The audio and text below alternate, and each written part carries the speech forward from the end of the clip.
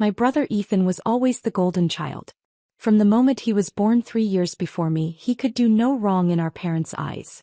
He got the best room, the newest car, the college fund that mysteriously never ran out. I got hand-me-downs and lectures about being more like your brother. When Ethan graduated with his business degree, Dad hired him immediately as Vice President of Property Management for our family's rental portfolio in Florida. 12 houses spread across Tampa and Orlando that my grandparents had built up over 40 years. Dad paid him $75,000 a year to collect rent checks and coordinate repairs. I went a different route. I got my accounting degree from a state school. I paid for myself with scholarships and night shifts at a hospital. No family money. No safety net. Just me, my determination, and a deep understanding that I'd never be seen as equal in my family's eyes. Maya's going into accounting, my mother told relatives with barely concealed disappointment. Such a boring field. Not entrepreneurial like Ethan. What they didn't know was that boring accounting gave me something invaluable. I could see exactly where money went. And more importantly, where it didn't. My relationship with my grandmother was different. While my parents worshipped Ethan, Grandma Rose saw through it. She'd built that rental portfolio with Grandpa before he died, working as a property manager herself for 30 years. She knew real estate. She knew numbers. And she knew people. Your brother has your father's charm, she told me one Thursday afternoon in early 2019. We met every week at her small condo in Clearwater, just the two of us. But you have something better. You have integrity. I was 26 then, working at a mid-sized accounting firm in Tampa. Ethan was 29 and already talking about expanding the family empire and leveraging our portfolio. Grandma, can I ask you something? I said that Thursday. Do you ever review the rental income statements Ethan sends you? She looked at me sharply. Why? Because I've been looking at property tax records. Public information. Your 12 properties should be generating approximately $18,000 monthly in rental income. That's $216,000 annually. That sounds right, she said. But the statements Ethan sends you show only $14,000 monthly. A difference of $4,000 per month. $48,000 per year. Grandma's face hardened. How long has this been going on? Based on the records I can access? At least 3 years. Possibly longer. She was quiet for a long moment. Then she said, I need you to do something for me. I need you to become a forensic accountant. I'll pay for any additional certification you need. And I need you to audit everything. Over the next 2 months I did exactly that. I got my certified fraud examiner credentials. I subpoenaed bank records through an attorney Grandma hired. And I found everything. Ethan had been skimming for 5 years. Not just $4,000 a month, that was recent. It started smaller. 500 here, 1,000 there. Maintenance expenses, that never happened. Emergency repairs with no invoices. Property management fees, that went straight to his personal account. Total amount stolen, $347,000. I'm going to change my will, Grandma said when I showed her the evidence. I'm leaving everything to you. Grandma, that will destroy the family. Good. They deserve it. She paused. But there's a better way. I'm going to deed all 12 properties to you now. Quitclaim deeds. Immediate transfer. They'll be yours before I die. No probate. No will contest. Just done. But, Maya, listen to me. Your brother is stealing from me. Your parents know and don't care because he's their golden boy. I built this portfolio for family, but I won't let thieves have it. You're the only one who told me the truth. You're the only one I trust. On March 15, 2019, we sat in an attorney's office. Grandma signed 12 quitclaim deeds, one for each property. The attorney recorded them that afternoon with the county. By 5 p.m., I legally owned 12 rental properties in Florida worth approximately $4.1 million. Don't tell anyone, Grandma said. Let's see what they do. What Grandma didn't know was that I'd already been preparing for independence. My accounting career was going well. I'd made senior auditor at my firm. I was 27 years old, living in a modest apartment, driving a 12-year-old Honda Civic and quietly building wealth. The 12 properties Grandma deeded me weren't just properties. They were income. Real income. $18,000 monthly once I took over management. But I didn't touch Ethan's operation. Not yet. Grandma and I agreed. Let him keep managing them. Let him keep stealing. Every stolen dollar was more evidence. Every fake invoice was another count of fraud. I was building a case. I hired my own property management company, a discreet firm that specialized in absentee owners. They sent me the real numbers. Real maintenance costs. Real rental income. Real vacancy rates. I set up a separate LC, kept everything quiet, and watched the properties appreciate. Meanwhile, I invested. Conservative index funds. Real estate investment trust. Municipal bonds. The rental income one wasn't spending went straight into investments. I lived on my salary and banked everything else. By 2021, 2 years after the transfer, my net worth was pushing $2 million. The properties had appreciated to $4.6 million. My investment accounts held another $800,000. I was 29 years old and financially independent. My family knew none of this. At Thanksgiving 2021, my mother asked, "Maya, are you still at that accounting firm? Such a dead-end job. Ethan's looking at buying a beach house in Sarasota." "Still there, Mom," I said quietly. Ethan smirked. "I told you, Maya. You should have gone into real estate. That's where real money is." I just smiled. Ethan was driving a BMW he couldn't afford and talking about beach houses while I quietly held $4.6 million in assets. But I said nothing. Grandma Rose died in September 2023. She was 84. I held her hand in the hospital as she took her last breath. "You're going to be fine," she whispered.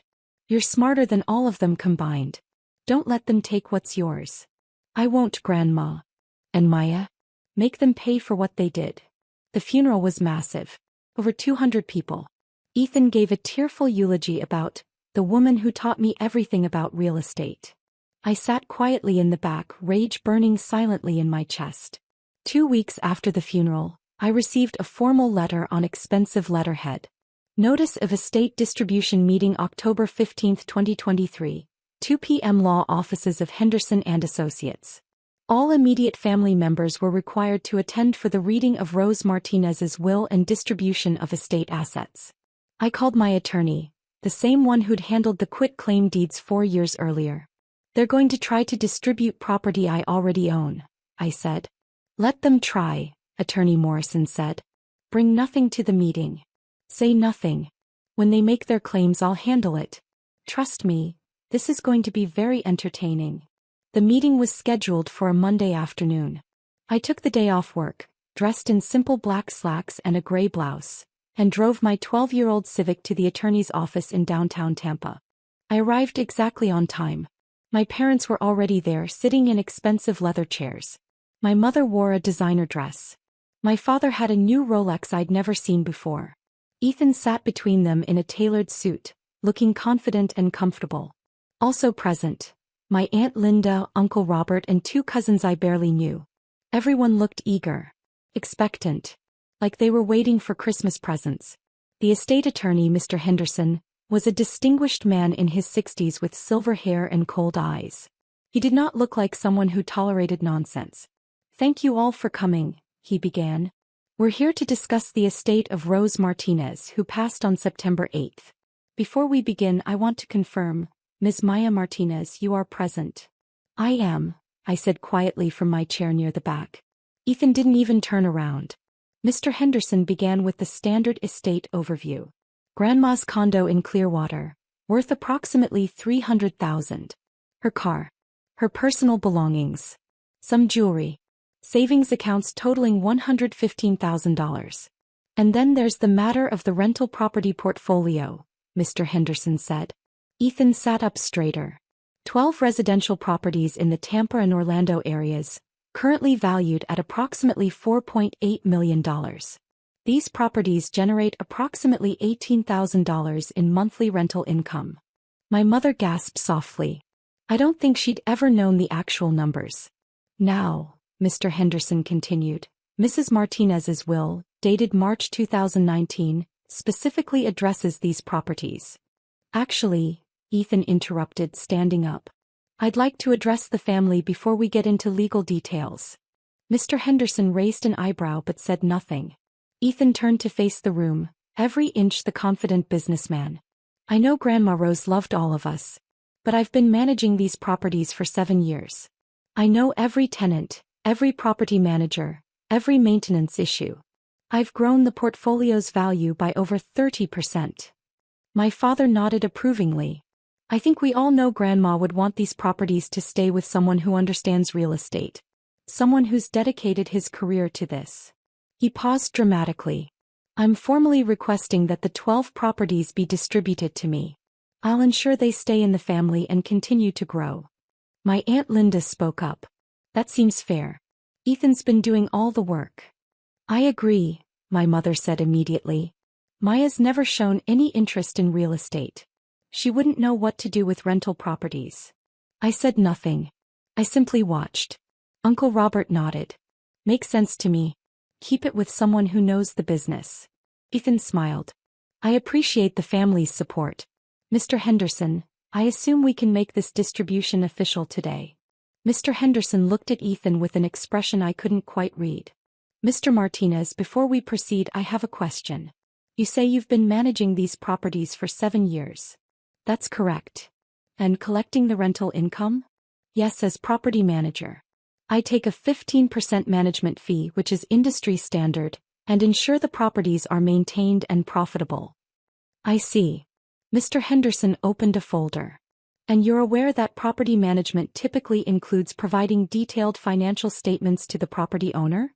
Of course. I send quarterly reports too. I sent them to Grandma Rose. Did you? Something in Mr. Henderson's tone made Ethan pause. Yes. And these reports showed accurate rental income numbers? Absolutely. That's when I decided to speak. I reached into my bag and pulled out my own folder. Thick, organized, tapped. I stood up and walked to the front of the room. Maya? My mother said confused. What are you doing? I didn't answer her. Instead, I placed the folder on Mr. Henderson's desk. What is this? Ethan demanded. I finally spoke, my voice calm and steady. Forensic accounting report. Certified by an independent fraud examiner. Covering rental income, expenses, and management of 12 properties from January 2018 through September 2023. The room went silent. Ethan's confident smile faltered. What are you talking about? I turned to face him directly. I'm talking about $347,000 in stolen rental income over 5 years. I'm talking about fake maintenance invoices. I'm talking about embezzlement. That's insane, Ethan said, but his voice cracked slightly. Dad, she's lying. She's trying to sabotage me because she's jealous. The properties generate $18,000 monthly in rental income, I continued. You reported $14,000 to Grandma Rose for the past 3 years.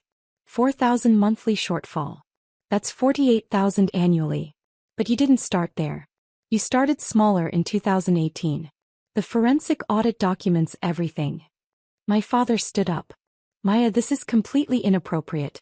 Your brother has managed those properties with integrity. Actually, Mr. Martinez, Mr. Henderson interrupted. I'd like to hear this.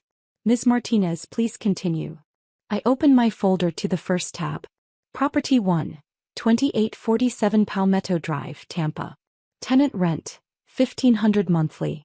Ethan reported $1,200 to Grandma Rose. Difference, $300 monthly, pocketed by Ethan. This is ridiculous, Ethan said. I have records. Property 2, 891 Orange Blossom Lane, Orlando. Tenant rent, $1,600 monthly. Reported as $1,300. Difference, $300 monthly. I went through all 12 properties. Every discrepancy. Every fake invoice. Every maintenance expense. That never happened. My voice never wavered. My mother's face grew pale. My father sat back down. Aunt Linda looked horrified. You're making this up, Ethan finally said weakly. You don't have access to this information. You can't prove any of this. Actually, I can. I pulled out the next section. 20 pages of bank statements highlighted and annotated. These are your personal bank account statements from 2018 to 2023. Obtained legally through subpoena by Grandma Rose's attorney in 2019. Notice the deposits that coincide exactly with the rental income shortfalls? $300 here, $500 there. eventually escalating to $4,000 monthly by 2021. Ethan's face went from red to white. How did you? That's private.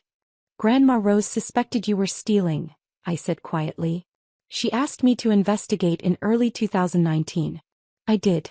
I found everything. And she made her decision based on what I discovered. Mr. Henderson spoke up. Which brings us to the actual matter at hand. Mr. Ethan Martinez, you've spent the last 10 minutes requesting distribution of 12 rental properties. Properties you claim to have managed faithfully. Properties you believe should be yours. They should be, Ethan said desperately.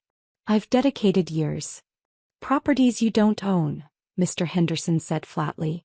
Properties you have never owned. Properties you will never own. The room exploded. What? My father demanded. What are you talking about? My mother said. Mr. Henderson opened his own folder, a thin one, and removed 12 documents. On March 15, 2019, Rose Martinez executed quitclaim deeds transferring all 12 rental properties to Maya Elena Martinez. These deeds were recorded with the county that same day. Maya Martinez has been the legal owner of all 12 properties for 4 years and 7 months. You could have heard a pin drop.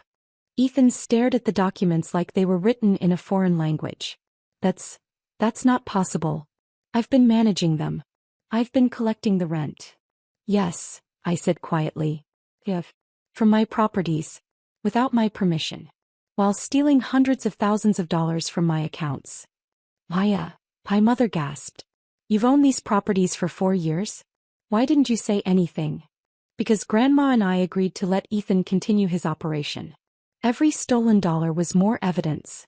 Every fake invoice was another count of fraud. I've been documenting everything. My father's face turned purple. This is a setup. You manipulated an elderly woman. I did nothing of the sort, I said coldly. Grandma Rose discovered Ethan was stealing from her. She asked me to investigate. I found $347,000 in embezzlement. She decided to deed the properties to the one family member she could trust, the one who told her the truth instead of stealing from her. Ethan suddenly lunged forward, grabbing the quitclaim deeds from Mr. Henderson's desk. These can't be legal. You can't just transfer. Mr. Henderson stood up, his voice sharp. Mr. Martinez, those are recorded legal documents. They are absolutely valid. Your grandmother had every right to transfer her property to whomever she wished. She chose your sister. And frankly, based on what I'm hearing today, she made the right choice. My attorney, Morrison, chose that moment to enter from the side door. I'd asked him to wait outside until needed. Good afternoon, everyone, he said pleasantly. I'm attorney James Morrison. I've represented Ms. Maya Martinez since 2019, when Mrs. Rose Martinez engaged my services to transfer her property portfolio. I also filed the subpoenas that obtained Mr. Ethan Martinez's bank records showing systematic embezzlement. He placed his briefcase on the table and opened it, removing a thick document. This is a civil complaint for fraud, theft, and embezzlement, ready to be filed in Tampa Circuit Court. Total damages, $347,000 in stolen rental income, plus interest and penalties. Additionally, we'll be referring the matter to the Florida State Attorney's Office for criminal prosecution. Ethan collapsed into his chair. No, this can't be happening. It gets better, Morrison continued. Ms. Martinez has also compiled a complete accounting of all property management activities from 2019 to 2023. Ethan, you've been collecting rent on properties you don't own, representing yourself as the property manager without the owner's authorization, and diverting income to your personal accounts. In real estate law, that's called fraud. It's also called grand theft. My father stood up again. We're not going to let you destroy your brother over some accounting errors. They're not errors, I said, my voice cutting through the room like ice. They're crimes. Deliberate, systematic, repeated crimes. And I have 4 years of evidence. My mother started crying. Maya, please. He's your brother. We're a family. You're not my family, I said quietly. You stopped being my family when you chose him over truth. When you ignored his theft because he was the golden child. When you dismissed everything I accomplished because I didn't fit your image of success. I turned to Ethan. You spent 7 years stealing from Grandma Rose. You stood at her funeral and pretended to love her while you were robbing her blind. And today, you tried to steal property that hasn't belonged to her for almost 5 years. Property that's mine. Property you've been stealing from. Ethan said nothing. He just stared at the floor. Attorney Morrison spoke up. Ms. Martinez has authorized me to present 2 options. Option 1. Ethan Martinez returns every stolen dollar. All $347,000, plus interest, totaling $412,000 within 30 days. He signs a confession of theft. He agrees to never contest the property ownership. And Ms. Martinez will not file criminal charges. And option 2? Uncle Robert asked nervously.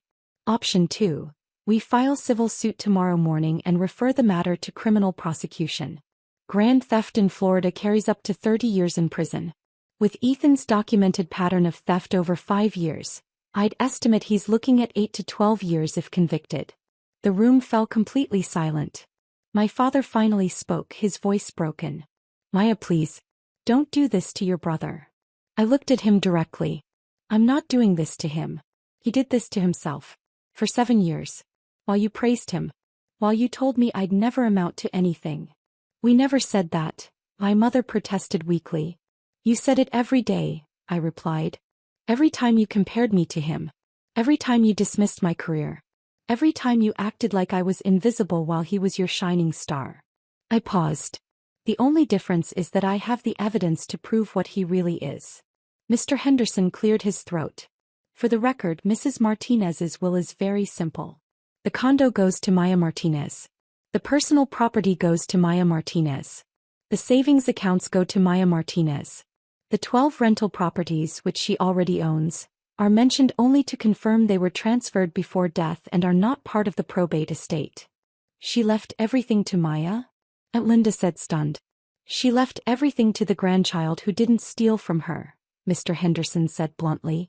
I gathered my folder and stood up. You have 72 hours to decide. Option 1 or option 2. After that, we file. Attorney Morrison will be in contact. I walked toward the door. Maya, wait, Ethan said desperately. I don't have $400,000. I can't. I turned back.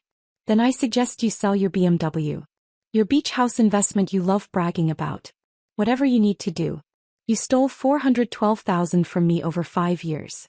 You have 30 days to return it. Or you go to prison. But that will ruin me, he whispered. Yes, I said calmly. It will. Just like you tried to ruin Grandma Rose. Just like you tried to steal what she built. Actions have consequences, Ethan. You're about to learn that lesson. I walked out of that conference room and didn't look back. My phone started buzzing before I reached my car. Texts from my mother.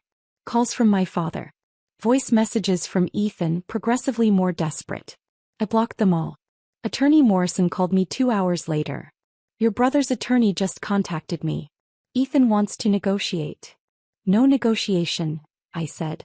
Full restitution plus interest or criminal prosecution. Those are the only options. Understood. For what it's worth, I think he'll pay. He doesn't want prison. Neither did Grandma Rose want to be robbed blind by her grandson. But here we are. The next 3 weeks were chaos I observed from a distance. Through Morrison I learned the details. My parents tried to get a home equity line of credit to help Ethan pay back what he stole. They were denied. Their credit scores weren't strong enough. The beach house Ethan had been bragging about? He'd put down only $15,000 and was underwater on the mortgage. He sold his BMW at a loss. On day 27, Ethan's attorney delivered a certified check for $412,000. Every penny he'd stolen plus interest. Along with a signed confession of theft and a permanent agreement to never contest the property ownership. Morrison called me. It's done. The money's in your account. He's broke but he's complying. And criminal charges? Per your agreement, we're not filing as long as he adheres to the settlement terms. But Maya? I documented everything. If he ever tries anything again, we have a signed confession. He'll never touch you or your assets again. I felt nothing. No satisfaction. No vindication.